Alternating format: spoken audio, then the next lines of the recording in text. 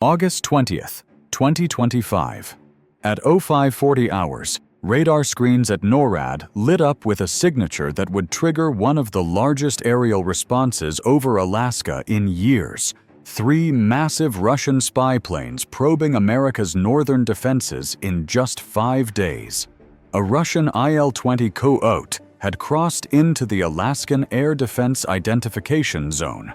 The IL-20, a Cold War-era electronic intelligence gatherer stretching 116 feet long and weighing 65 tons, was equipped with sophisticated sensors designed to intercept communications and map defense networks. Unlike the Tu-95 Bear bombers that the U.S. Air Force frequently monitors in this area, the use of an IL-20 equipped for electronic intelligence gathering was much rarer. Within minutes, the alert screamed through Joint Base Elmendorf-Richardson. 2 F-16 Fighting Falcons roared down the runway, accompanied by a KC-135 Stratotanker carrying enough fuel to keep the interceptors airborne for hours. The IL-20 flew deliberately along a calculated path, coming within 25 nautical miles of St. Lawrence Island, just 46 miles from the Russian mainland. For 1 hour and 12 minutes, the aircraft prowled through international airspace within the identification zone. But Wednesday's flight was just the beginning. On Thursday, August 21st, another IL-20 Coyote entered the same airspace. NORAD's response escalated. 2 F-16 Fighting Falcons launched again, joined by a KC-135 Stratotanker and an E-3 Sentry airborne warning and control system aircraft. The E-3, a $270 million flying radar station built on a Boeing 707 airframe, can simultaneously track 72 targets across hundreds of miles of airspace. This second Russian aircraft spent even longer in the zone, 2 hours and 4 minutes, passing approximately 125 miles from Cape Lisburne on the Chukchi Sea in northwest Alaska. The extended duration suggested systematic collection rather than simple transit. Then came Sunday, August 24th, the third intrusion in 5 days. NORAD's response was the most comprehensive yet. 1 E-3 Sentry command and control aircraft, 2 F-16 fighters, and 2 KC-135 Stratotankers were dispatched to intercept and visually identify the Russian surveillance aircraft. The deployment represented millions of dollars in aircraft and fuel, along with dozens of aircrew members pulled into action. What made this week notable wasn't just the frequency, 3 flights in 5 days, but the specific aircraft type. While NORAD officials emphasized that this Russian activity in the Alaskan ADIs occurs regularly and is not seen as a threat, the concentration of IL-20 electronic intelligence gatherers was unusual compared to typical Tu-95 bomber flights. The timing raised additional questions. These systematic surveillance flights bracketed one of the most significant diplomatic events in recent U.S.-Russia relations, a face-to-face meeting between President Trump and Vladimir Putin that had taken place on Alaskan soil just days earlier. Stick around to the end to find out why these sky games over Alaska might be the opening moves of a new Cold War. August 15th, 2025. Just 5 days before the first Russian IL-20 crossed into Alaskan airspace, 2 presidents stood on the tarmac at Joint Base Elmendorf-Richardson. President Trump and Vladimir Putin had chosen Alaska, the geographic midpoint between Washington, D.C. and Moscow, for what would become one of the most closely watched diplomatic encounters of the decade. The handshake lasted 12 seconds. The talks stretched 3 hours. When they emerged, both leaders spoke of agreements and progress, but no ceasefire was announced. There were many points that we agreed on, Trump told the assembled media.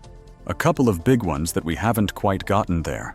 Putin hinted at deeper understandings, saying he expected today's agreements will be the starting point not only for the solution of the Ukrainian issue, but also will help us bring back business-like and pragmatic relations between Russia and the U.S. But 5 days later, as F-16s scrambled to intercept the first IL-20, the real message became clear. Whatever had been discussed in those 3 hours, Russia was now systematically probing America's defenses along the very frontier where the two leaders had shaken hands. The timing was no coincidence. The IL-20 Co-OT aircraft weren't simply passing through. They were conducting electronic intelligence gathering missions. Their sophisticated sensors designed to map radar coverage, intercept communications, and catalog American response procedures. Each flight revealed Russia's strategic calculus. The first IL-20 on August 20th flew within 25 nautical miles of St. Lawrence Island, testing the southern approaches to the Alaskan ADIZs. The second probed deeper, remaining in the zone for over 2 hours. The third prompted the largest American response yet. 5 aircraft deployed to shadow a single Russian spy plane. The IL-20 Co-OT itself told the story. Unlike the Tu-95 Bear bombers that typically probed Alaskan airspace, the IL-20 was purpose-built for intelligence gathering. Based on the Ilyushin Il-18 civilian airliner, the COOT carried electronic warfare suites capable of intercepting radio communications, mapping radar installations, and gathering signals intelligence across hundreds of miles. Ukrainian President Volodymyr Zelensky, who had not been invited to the Alaska summit, had warned before the meeting that talks about us without us will not work. His prediction seemed prescient as Russian aircraft prowled the skies above the very base where Trump and Putin had discussed Ukraine's future without Ukrainian participation. The geographic symbolism was unmistakable. Joint Base Elmendorf-Richardson, where the two leaders met, houses the third wing of the Pacific Air Forces and serves as headquarters for Alaskan Command. From this base, American fighters launched to intercept Russian aircraft. From this same tarmac, the two presidents had discussed ending a war that had claimed hundreds of thousands of lives. As the third IL-20 departed Alaskan airspace on August 24th, the shadow cast by the Alaska summit became clear. Diplomacy and espionage had become two sides of the same strategic coin, with Alaska serving as both the meeting ground for peace talks and the testing ground for military capabilities. When the first Russian IL-20 crossed into the Alaskan Air Defense Identification Zone on August 20th, it triggered a defensive network that had been decades in the making. What appeared as a single radar blip represented the activation of America's most sophisticated early warning system, a layered web of technology worth billions of dollars, designed to detect threats across millions of square miles of Arctic airspace. The moment Russian engines crossed the invisible boundary, 12 nautical miles from Alaska's coastline, multiple systems came alive simultaneously. Ground-based radars swept the sky with electronic beams, satellites in polar orbit adjusted their sensors, and airborne radar systems began tracking the new contact. Within the command centers of NORAD, operators faced screens displaying a complete picture of North American airspace. The system NORAD describes as a layered defense network of satellites, ground-based and airborne radars and fighter aircraft, was processing thousands of data points every second. The decision to scramble came within minutes. 2 F-16 Fighting Falcons at Joint Base Elmendorf-Richardson received the alert. Pilots, already on standby alert, raced to their aircraft. Ground crews had pre-positioned the fighters. Engines could start within 60 seconds, takeoff within 5 minutes. Each F-16 represented $35 million in cutting-edge technology. Their AN/APG-68 radar systems could track targets at ranges exceeding 150 miles. Their engines, producing 29,000 pounds of thrust, could push the aircraft beyond Mach 2 at altitude. Armed with AM-120 AMRAAM missiles capable of engaging targets 65 miles away, the Fighting Falcons carried lethal capability alongside their surveillance mission. Behind them, the KC-135 Stratotanker lumbered into the sky carrying 200,000 pounds of JP-8 jet fuel. The KC-135's mission was endurance, ensuring the interceptor aircraft could remain airborne for hours if necessary. The intercept itself followed procedures refined through decades of Cold War encounters. F-16 pilots established visual contact with the IL-20 at a safe distance, typically several hundred yards. Radio calls on international emergency frequencies attempted to establish contact. Throughout the encounter, American pilots maintained strict rules of engagement: observe, document, escort, but never provoke. From the Russian perspective, the IL-20 crew was conducting systematic intelligence gathering. The aircraft's electronic warfare suites were recording every American radio transmission, mapping radar coverage patterns, and measuring response times. When the second IL-20 appeared on August 21st, NORAD's response escalated. An E-3 Sentry joined the intercept. The E-3's rotating radar dome could simultaneously track up to 72 targets across a 250-mile radius. Its crew of 13 specialists operated from a cabin packed with radar screens, communication systems, and data processing equipment. The third intercept on August 24th saw the largest American response. 5 aircraft dispatched to shadow a single Russian spy plane. 1 E-3 Sentry, 2 F-16 fighters, and 2 KC-135 tankers represented a deployment of over 150 personnel and equipment worth approximately $500 million. The electronic warfare dimension added another layer of complexity. The IL-20's signals intelligence equipment was designed to intercept American military communications, while American aircraft carried electronic countermeasures to protect sensitive information.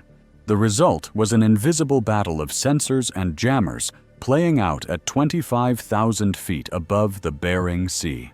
As the final IL-20 departed the Alaskan ADIZ, both sides had accomplished their objectives. Russia had gathered intelligence on American defenses while demonstrating its ability to operate sophisticated aircraft near U.S. territory. America had shown that every approach to its airspace was monitored, tracked, and met with overwhelming response capability. Alaska is not just America's largest state. It is the fortress guarding the continent's northern approaches. Every Russian IL-20 that crossed into the Alaskan Air Defense Identification Zone in August 2025 was probing what military strategists have called the most critical piece of real estate in North American defense. Look at a globe, and Alaska's strategic importance becomes crystal clear. The shortest route between Moscow and major American cities runs directly over the North Pole, through Alaskan airspace. During the Cold War, this geographic reality earned Alaska the nickname Guardian of the North and top cover for America. The Alaskan Air Defense Identification Zone that Russian aircraft penetrated 3 times in 5 days covers a staggering expanse of territory. Extending outward from Alaska's 6,640-mile coastline, the ADIZ encompasses the Aleutian Islands, large portions of the Arctic Ocean, the Bering Sea, and the Northern Pacific. The Alaskan ADIZ covers millions of square miles, an area larger than the entire continental United States. At the heart of this defensive system sits Joint Base Elmendorf-Richardson, where Trump and Putin met, and from which F-16s scrambled to intercept Russian aircraft. The base houses over 12,000 military personnel and their families, making it one of the largest concentrations of American military power in the Pacific region. But Alaska's strategic value extends beyond geography. The state contains vast natural resources that have become increasingly important to American energy security. The Trans-Alaska Pipeline System carries oil 800 miles from the North Slope to Valdez, where supertankers transport it to refineries. Climate change has transformed Alaska from a frozen barrier into an accessible frontier. As Arctic ice melts, new shipping routes are opening through previously impassable waters. The Northwest Passage, which could reduce shipping times between Asia and Europe by thousands of miles, runs through waters that Alaska helps control. The strategic competition extends beneath the surface. The Arctic Ocean contains an estimated 90 billion barrels of oil and 1,670 trillion cubic feet of natural gas, roughly 13% of the world's undiscovered petroleum resources. For Russia, Alaska represents both opportunity and obstacle. Russian territory sits just 55 miles across the Bering Strait from Alaska at the closest point. The Diomede Islands, Big Diomede belonging to Russia, Little Diomede to the United States, are separated by only 2.4 miles. The historical irony is unmistakable. Alaska was Russian territory from 1741 until 1867, when Tsar Alexander II sold Russian America to the United States for $7.2 million. The purchase, initially mocked as Seward's folly, proved to be one of the greatest strategic acquisitions in American history. Alaska's population of 732,000 people is dwarfed by its strategic importance. The state hosts over 40,000 military personnel across multiple installations, creating a military presence larger than many entire states.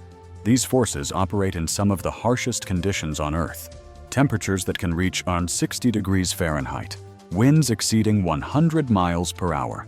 Every time a Russian IL-20 crossed into the Alaskan ADIZ in August 2025, it was testing not just American defensive capabilities, but American resolve to hold the geographic key to North America.